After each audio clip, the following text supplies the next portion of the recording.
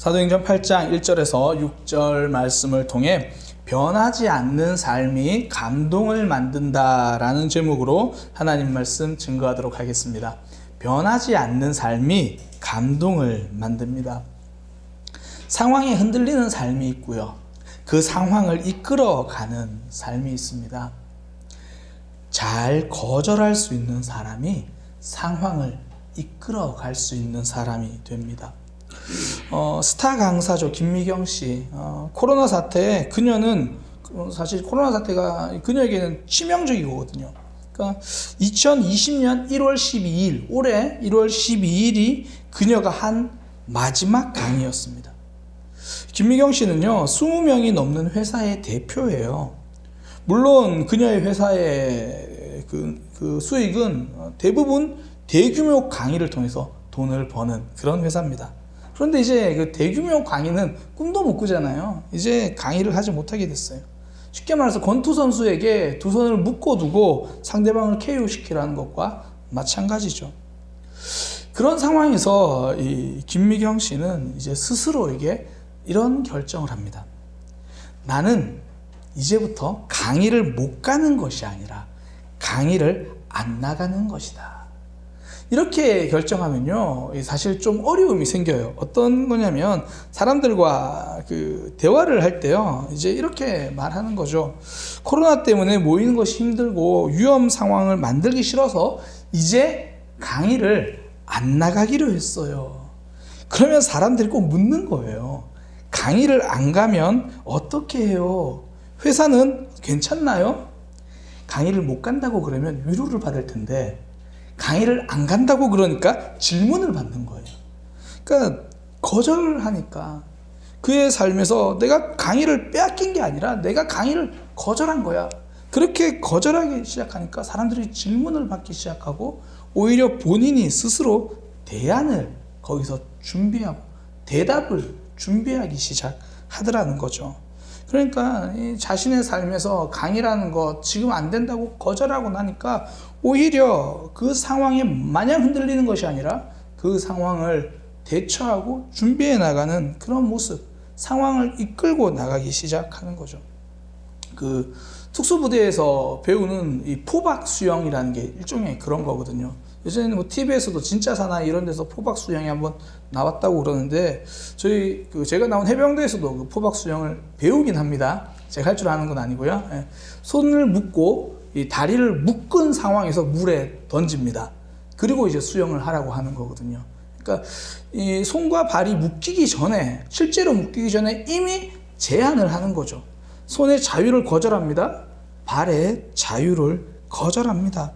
그러고 나니까 오히려 목을 열심히 움직이고요. 허리를 열심히 움직입니다. 어려움에 흔들리기 전에 어려움을 이기는 방법을 만들어내기 시작하는 거예요. 상황이 흔들리기보다 이끌고 가는 모습, 거절을 통해서 만들어내는 거죠. 망해가는 식당들의 공통점이 뭐냐면 자꾸 메뉴가 늘어나는 거거든요. 그러니까 손님들의 요구를 거절하지 못해서 그래요. 이것도 만들고 저것도 만들고. 그러니까 지나가는 손님의 말에 또 자주 오는 그 단골 손님의 말에 이끌려서 전문성이 생기지 못하는 거거든요. 진짜 짬뽕 전문점이 되고 싶으면요, 짜장면부터 거절해야 되는 거예요. 그래야 상황에 흔들리지 않습니다. 오히려 상황을 내가 주도적으로 이끌어가게 되는 거죠. 초대교회 성도들은요, 이 거절에 성공한 사람들입니다. 날 때부터 걷지 못하던 사람을 예수님의 이름으로 이제 그 사람이 걷게 되었습니다. 그러니 사람들이 그 일을 한 베드로와 요한에게 몰려들기 시작하죠. 베드로는 이것을 기회로 복음을 전했습니다. 그때 종교 지도자들이 하는 말, 예수의 이름으로 말하지도 말고 그 이름을 가르치지도 말라. 그때 베드로와 요한은 거절합니다. 감옥에 갇혀도요, 매를 맞아도요, 그들의 방해를 거절합니다.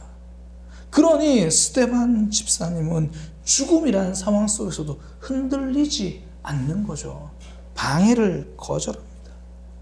반면에 성도들을 핍박했던 그 사람들, 그들의 모습, 종교 지도자들의 모습을 보면요, 상황에 따라 행동이 계속 달라지거든요. 그러니까 베드로와 요한이 걷지 못하던 사람을 치료하니까 사람들이 막 몰려들잖아요. 마음은 불편한데 사람들이 막 몰려드니까 눈치 보느라 그때는 또 한마디도 못해요. 눈치에 휘둘리거든요. 예, 지금도 보면 사실 우리의 삶에서도 눈치 보면서 신앙생활 하는 사람들 있잖아요. 직장에서 밥 먹을 때 식사기도 하는 것도 막 눈치를 봐요. 그들의 눈치 하나 거절하지 못하면 신앙이요, 상황에 휩쓸려 버리는 거예요. 작은 어려움에도 쉽게 믿음을 놓아버릴 수밖에 없는 거죠. 그러니까 종교 지도자들이 눈치 보기에 바쁘니까 상황에 따라 태도가 계속 달라집니다. 사람들이 몰려있을 때는 한마디도 못하다가 제자들을 따로 불러가지고는 막 신문하기 시작하는 거예요. 또 그때도 사람들에게 존경받는 가말리엘 율법 교사가 또 그들을 말리니까 또 한마디도 못하고 또 그 말을 듣는 것처럼 그래요. 그래도 또 베드로와 요한 제자들을 그냥 풀어주긴 싫으니까 또 풀어줄 때 또 때려가지고 내보내기도 하고. 그러니까 상황이 이렇게 흘러가면 자기들도 이렇게 따라가고, 저렇게 흘러가면 눈치 보면서 또 저렇게 따라가고. 그러다 보니까 스데반 집사님이 설교할 때 사람들이 다 자기 편 드는 것 같고, 공회에서 재판하고 있는 과정 전부 자기 편들만 있으니까 그 분위기에 휩쓸려서 스데반에게 돌을 던집니다. 아무것도 거절하지 못하니까 분위기에 휩쓸려가지고 스데반을 죽입니다. 상황이 흔들리니까 감정적인 삶, 상황이 흔들리는 감정적인 삶을 보여주는 거예요. 반면에 초대교회 성도들은요, 감정적인 삶이 아니라 감동적인 삶을 보여줍니다. 걷지 못한 사람이 걷게 되었을 때 사람들이 베드로와 요한에게 집중하잖아요. 그때 그들은 관심을 거절합니다. 우리 말고 예수님에게 집중해 주세요. 잘 나갈 때도 흥분하지 않는 거예요. 예수님을 드러내기 위해서 사람들의 관심을 거절하는 거죠. 멋지잖아요. 근데 관심만 거절하는 게 아니라 앞서 말씀드린 것처럼 방해도 거절해요. 종교 지도자들이 막 막아서도 그들은 복음을 전하거든요. 그러니까 상황이 잘 풀려도 복음을 전했고, 일이 꼬여가도 복음을 전합니다. 감정에 휩싸이지 않죠. 복음에 집중합니다. 그러니 심지어 스데반의 죽음에도 복음의 발걸음이 위축되지 않습니다. 예루살렘에 핍박이 생기니까 여러 곳에 흩어져서 계속 복음을 전하는 거예요. 사실 스데반이 예수님을 전하다가 죽었잖아요. 그래, 그것 때문에 예루살렘에서 흩어진 거라면 사실 흩어진 이후에 작전상 후퇴라도 해야 돼요. 그런데 제자들은 죽음을 보고도 변하지 않는 모습을 보여줍니다. 그 삶 그 자체가 감동이죠. 흩어져서 도착한 사마리아 땅에서 복음을 전합니다. 오늘 본문에 보니까 사마리아로 피한 빌립, 그곳에서 예수님을 전합니다. 상황에 흔들리지 않으니까 피난길이 아니라 사명길이 된 거죠. 발 닿는 곳마다 전도의 현장이 되었습니다. 고난 속에서도 변하지 않는 감동적인 모습을 보여주는 거죠. 우리가 존경하던 사람들에게 실망하는 이유가 무엇입니까? 상황이 달라졌다고 사람이 달라질 때잖아요. 어려움 때문에 신념을 버리는 모습들. 또 반대로 힘들고 어려울 때 지키던 고고함이 통장에 잔고가 쌓일수록 그 고고함이 점점 밀려가는 그런 모습들 우리가 보면 실망하잖아요. 상황에 따라 달라지는 삶에는 감동이 없거든요. 반면에 우리가 존경하는 사람들에 보면 대부분의 공통점, 상황에 따라 그 사람이 달라지지 않아요. 우리가 권정선 정생 선생님의 삶을 되게 좀 감동하잖아요. 제가 설교 시간에도 그분을 자주 인용하는데요. 우리가 그분의 삶에 감동하는 이유 중에 하나가 그분의 집, 안동 조탄리라는 곳에 있는 그분의 집 때문이죠. 그는 강아지똥이라는 대표적 굉장히 유명한 동화를 비롯해서 TV 드라마로 제작된 몽실언니까지 수많은 작품을 남기고도 그의 삶은 변함이 없어요. 그 집, 허름하고 작은 집, 거기 아궁이를 보면요, 방 한 칸만 딱 데울 수 있는 그런 크기의 아궁이. 여전히 화장실은 집에서 먼 푸세식 화장실. 하루 글을 쓰면 이틀은 누워서 쉬어야만 하는 아픈 몸이었지만 그 선생의 집은 초라하고 불편한 모습 그대로예요. 통장에 돈이 점점 늘어났지만 자신을 위해서는 최소한의 생활비와 원고지를 사는 것 말고선 돈을 쓰지 않는 거죠. 마지막 유언도 그렇게 말했잖아요. 모든 인세를 어린이들을 위해서 써주세요. 북한 어린이들을 위해 써주세요. 수많은 작품보다 더 감동적인 삶이었습니다. 변하지 않는 삶이 준 감동이죠. 물론 저는 우리 모두가 단칸방에 살자는 말이 아니에요. 지켜야 할 것은 변함없이 지키는 삶이 되자 그 이야기를 하려고 하는 겁니다. 함께 모여서 예배를 하든지 집에 앉아서 예배를 하든지 하나님께 드려지는 순간이라는 것은 놓치지 말자는 거죠. 문제가 생겼든지 문제가 사라졌든지 기도하는 삶은 변함없이 붙들고 있자는 거죠. 사실 우리가요, 간절히 기도해서 크게 한번 응답받는 믿음보다 3년 넘게 기도하고도 응답되지 않지만 여전히 하나님 앞에 나와 기도하는 그 믿음이, 그 모습이 아름다운 거거든요. 젊은 열정에 선교지로 떠나는 믿음도 멋집니다. 하지만 비가 오나 눈이 오나 내 예배 자리, 내 교회에 내가 앉아있는 그 자리, 천천히지만 꼬박꼬박 나오는 그 어르신들의 변함없는 믿음이 감동을 만들어내는 거예요. 변하지 않는 모습이 감동을 만들어 줍니다. 그리고 그 감동은요, 새로운 역사를 만들어냅니다. 스데반과 함께 집사로 세워졌던 빌립, 함께 사역했던 스데반이 죽었음에도 불구하고 빌립은 그의 믿음을 포기하지 않았습니다. 예루살렘에 머물 수 없어서 사마리아로 갔지만 빌립은 그곳에서 그리스도를 전하기 시작합니다. 아픔 속에서도 변함없이 사명을 감당하잖아요. 그 모습 덕분에 사마리아가 복음을 듣습니다. 사실 사마리아는요, 이스라엘 사람들에게 차별을 받는 곳이었잖아요.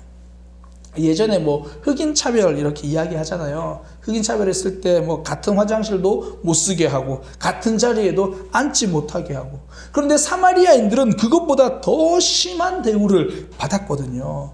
이스라엘 사람들은 사마리아 사람들과 함께 말도 섞지 않으려고 했어요. 뭐 같은 자리에 있는 것은 둘째치고 보는 것도 싫어했습니다. 그러니까 이 사마리아는 차별의 장소예요. 외면받는 상처의 자리입니다. 아무도 소통해주지 않는 외로움의 자리입니다. 그 사마리아에 복음이 전해져요. 이 말은 사마리아라는 장소적인 의미도 되지만 아픔과 외로움, 그 장소 속에 회복이 시작된다는 거예요. 그곳에 복음의 빛이 들어가는 거거든요. 새로운 역사가 일어나는 겁니다. 변하지 않는 그 감동이, 감동적인 그 모습이 새로운 역사를 만들어내는 거죠. 모세를 보면 알 수 있잖아요. 모세가 바로 왕에게 10번 넘게 찾아가잖아요. 처음에는 그냥 쫓겨나고 그 다음부터 뭐 갈 때마다 한 가지 이적을 행하지만 바로는 계속 거절을 해요. 바로의 그 거절에도 10번이나 찾아가니까 이스라엘 백성들이 애굽에서 해방되잖아요. 얽매였던 삶이 풀려나잖아요. 새로운 역사가 일어나는 거거든요. 사실 우리가 뭐 코로나 이전에 구역 모임을 해봐서 알잖아요. 요즘 진짜 코로나 이전과 코로나 이후로 삶을 나눠야 돼가지고 실제로 전문가들은 그렇게 얘기하더라고요. 예전에는 BC가 비포 크라이스트, 예수님 전이었는데 요즘은 BC가 비포 코로나, 코로나 전에 저희가 구역 모임을 해봐서 알잖아요.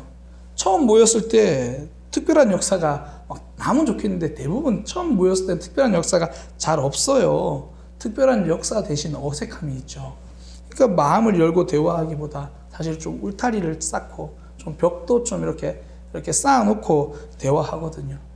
근데 그런 모임도요, 한 주, 두 주, 한 달, 두 달, 그렇게 그 모임이 쌓이고 변함없이 만나면 마음도 열리고 믿음도 열리더라고요. 그러니까 지금 감사시대, 우리가 뭐 말씀시대 등등 훈련학교를 하고 있거든요. 생각했던 것보다 반응이 굉장히 좋아요.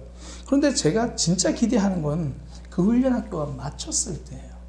그 훈련학교가 맞춰가는 마지막 때 하루하루 말씀이 쌓여가고 하루하루 감사가 쌓여가고, 그래서 그 훈련학교가 마쳤을 때, 아니 마치고 그 다음에도 말씀이 쌓여가고 감사가 쌓여간다면 그때 역사는 일어나는 거거든요. 변함없이 이어지는 그 속에서 역사가 일어나는 겁니다.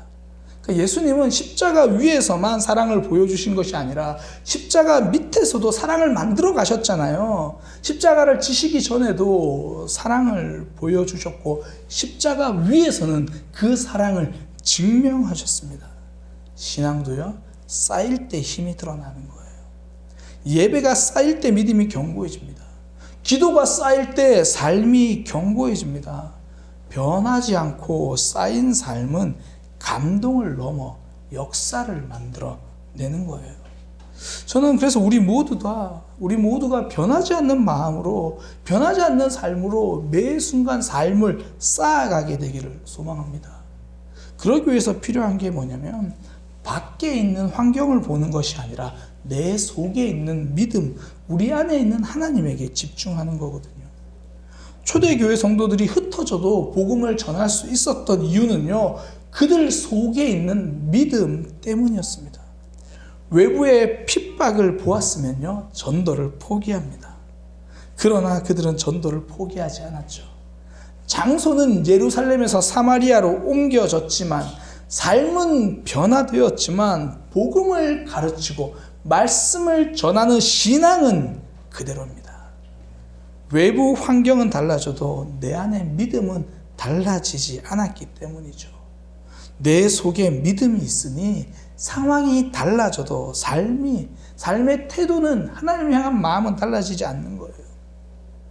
로마 황제이자 철학자이기도 했던 마르쿠스 아우렐리우스는요, 자신의 책 명상록에 이렇게 기록했습니다.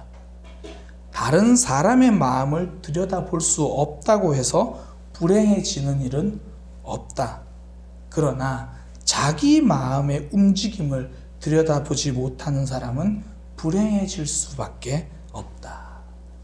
그러니까 나를 움직이는 것은 결국 다른 사람의 마음이 아니라 나의 마음인 거죠. 다른 사람의 변화 때문에 삶이 달라지는 것이 아니라 내 마음이 달라지면 삶이 달라지는 겁니다. 그러니까 넘어지는 사람들을 봐도 그렇잖아요. 유혹의 크기가 더 크기 때문에 넘어지는 것이 아니라 내 믿음이 약해져 있으면 넘어지는 거예요. 제가 아내랑 집에 있으면 뭐 이런저런 농담도 하고 되게 재밌게 지내는 편이라고 저는 생각합니다. 그런데요, 제가 가끔 아내의 농담에 좀 민감하게 반응할 때가 있어요. 그냥 하는 농담인데 괜히 예민하게 반응해요. 아내가 하는 말에 문제가 있는 것이 아니라 제 마음에 문제가 있는 거예요. 마음에 여유가 없을 때는요, 집사람이 지나가면서 하는 말 한마디에도 제 기분이 달라지더라는 거예요. 제 마음에 여유가 없으니까. 다윗에게 여러 아내가 있었거든요. 그 아내 중에 밧세바보다 더 아름다운 아내가 없기 때문에 밧세바를 간음한 것이 아닙니다. 자신의 마음을 지키지 못하니까 넘어진 거예요. 그 외부의 환경보다 나의 내면, 나의 믿음, 그것이 훨씬 중요하다는 거예요. 뭐 코로나라는 바이러스도 그렇잖아요. 마스크 중요합니다. 거리 두기 중요하죠. 어서 빨리 백신도 나와야 되고 치료제도 나와야 돼요. 그런데 치료제, 백신, 그거보다 더 중요한 건요, 내 면역이에요. 내가 건강하면 코로나도 그냥 감기거든요. 반면에 내가 몸이 약하면요, 마스크 쓰고 거리 두기 해서 또 뭐 개발된 백신 맞고 치료제 해서 이 코로나는 피했어도 다른 질병에 걸려 넘어지는 겁니다. 똑같죠. 변하지 않는 삶이 되려면 먼저 내 속에 있는 믿음에 집중하는 거예요. 그 믿음이 강해지도록 훈련하는 거죠. 내 안에 있는 것에 집중할 수 있어야 됩니다. 미국이 아니고 뉴욕 휘트니 미술관의 연구원이었던 이제 그 사람이 우리나라를 방문해서 열흘 동안 우리나라를 이렇게 둘러본 적이 있어요. 그러면서 감탄을 하는 거예요. 뭐 예를 들어 전라도에 있는 그 곳에 갔더니 황토 흙 빛깔이 너무 아름답다는 거예요. 그러면서 하는 말, 이 대한민국이라는 나라는 이렇게 아름다운 빛깔을 가지고 있는 나라구나. 저는 열흘 동안 엄청난 자극을 받았습니다. 동양의 이 작은 나라에서 그들이 가지고 있는 그들만의 색깔을 보고 자극받고 감동받았습니다. 근데 정말 이상한 것이 그러한 빛깔과 색이 현실에는 반영되어 있지 않다라는 거예요. 건축에는 반영되어 있지 않고 삶에는 그런 빛깔이 반영되어 있지 않다라는 거예요. 왜 그럴까? 이게 그 사람의 열흘간의 한국에 있으면서 화두였대요. 그러면서 이제 마지막 열흘 일정을 마무리하면서 이렇게 말합니다. 이제는 조금 알겠다. 당신들은 세계화가 되기 위해서 뉴욕만 보고 있는 것 같더라. 세계화가 되고 싶으면 강진 해남의 흙 색깔을 봐야 했었다. 그러니까 세계화의 실패는요, 뉴욕을 따라가지 못해서가 아니고 파리를 만나지 못했기 때문이 아닙니다. 내가 가진 장점에 내 속에 있는 것들에 집중하지 못했기 때문이거든요. 내가 가진 것, 내 안에 있는 것에 먼저 집중하면 뉴욕을 만나지 못해도 최고의 작품이 나오는 거예요. 프랑스 파리가 아니라 방구석에 앉아 있어도 어떤 세계든 감동시킬 수 있는 작품을 만들 수 있는 거죠. 외부의 환경보다 중요한 것이 내 안에 있는 힘에, 내 안에 있는 것에 집중하는 겁니다. 요셉이 총리가 된 것은 변하는 환경 때문이 아니었습니다. 변하지 않는 하나님을 향한 믿음이었습니다. 변하지 않는 하나님의 동행이었습니다. 내 속에 있는 믿음, 내 삶 속에 역사하시는 그 하나님에게 집중할 때 우리는 변하지 않는 삶 가능하다는 거죠. 그러니 넘어지지 않는 환경으로 도망가는 삶이 아니라 넘어지지 않는 믿음을 훈련하는 삶이 중요합니다. 그러니까 다윗은요, 사울에게 도망다니면서는 믿음을 지켰지만 환경이 좋은 편안한 왕궁에 있을 때는 하나님께 죄를 지었잖아요. 내 자신, 나 스스로 우리 속에 있는 그 믿음에 집중하는 거죠. 한국 프로축구에서 20년 넘게 선수 생활을 했던 이 골키퍼 김병주 선수, 그가 어느 날 트위터에 이런 글을 남겼습니다.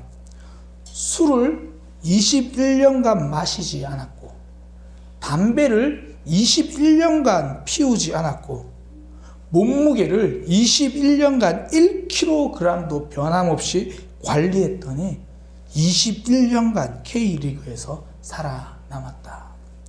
그러니까 후배 선수들이 성장하고 있구나, 후배들의 모습을 보면서 두려워하지 않았던 거예요. 감독들의 변화, 이번에 감독이 또 바뀌네, 어떤 전술을 선택하지? 감독들의 변화에도 집중하지 않았습니다. 내가 변해버릴까 봐 두려워한 거죠.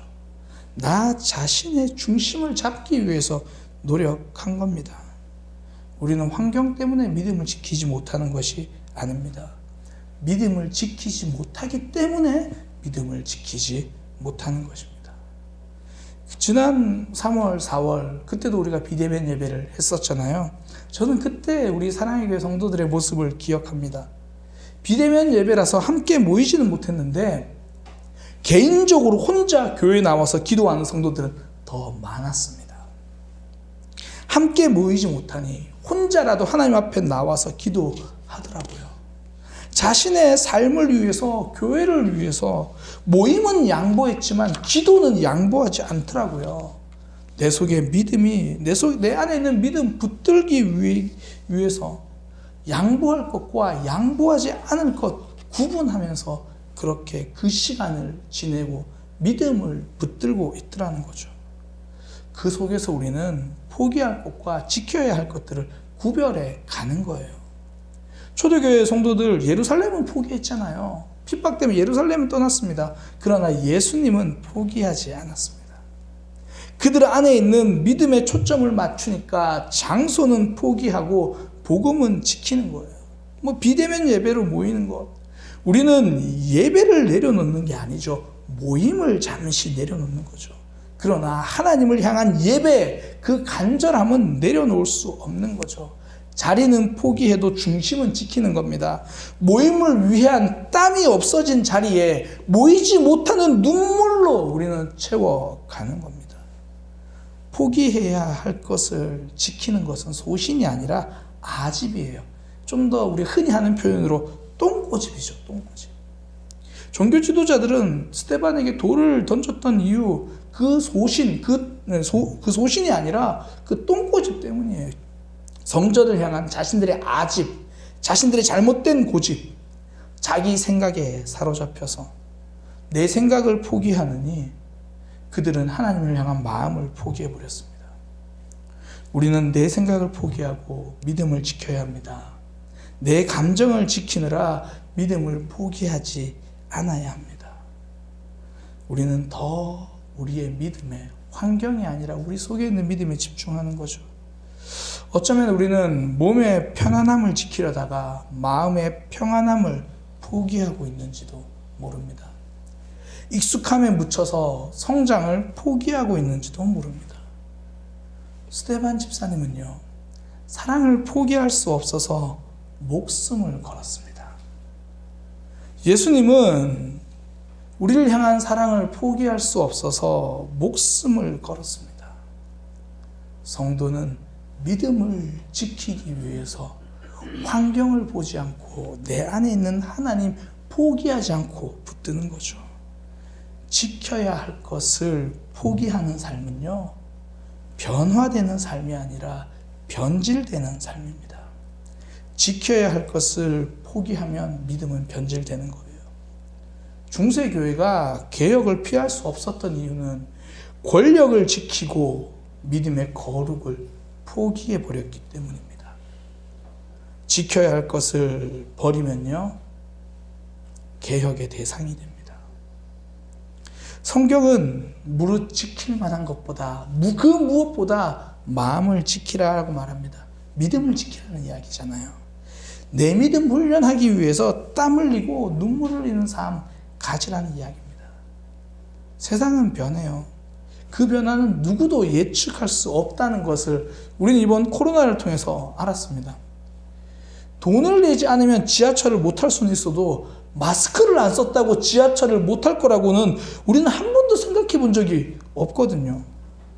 사랑하는 사람을 위해서 거리를 두어야 된다는 개념은 생각지도 못했어요. 지금 가정에서 예배드리고 계신데, 내가 주일날 오전 11시에 집에 앉아서 컴퓨터 앞에 앉아 있을 줄은, 내가 집에 앉아서 TV 앞에 앉아 있을 거라고는 꿈에도 생각하지 못했거든요. 그러나 세상은 그렇게 변했습니다. 하지만 하나님은 변하지 않으셨습니다. 믿음은 변하지 않는 거예요. 그러니 하나님을 향한 우리의 믿음도 변할 수 없는 겁니다. 우리 안에 있는 하나님 언제나 우리를 붙들어 주시는 거거든요. 신앙이 이렇게 고백하는 거잖아요. 찬양 가사처럼 언제나 내 모습 너무나 부끄러워. 나는 힘들고 어려운데 무릎으로 주님께 기도로 가면 내 안에 계신 그분이 나를 살려주신다는 거죠. 성도는 거기에 집중하는 사람입니다. 나 홀로 서 있는, 죽어가는 내 영을 주님 깨워주셔서, 주님만이 나를 세워주셔서 나의 영혼을 살게 하소서. 주님 내 안에, 주님 내 안에 계시고, 주님 내 안에 나를 세워주소서. 우리는 많이 부족하고 연약할 수 있습니다. 그러나 우리 안에 계신 하나님을 붙들 것입니다. 상황은 많이 달라질 것입니다. 그러나 우리의 믿음은 이제 달라지지 않을 겁니다. 더 성장할 것입니다. 어려움이 와도 믿음을 훈련하고 지켜서 변함없는 믿음 생활을 할 것입니다. 우리가 찬양으로 우리의 그런 마음을 함께 고백하기 원합니다. 하나님, 우리는 부족하지만 하나님 우리 속에 계십니다.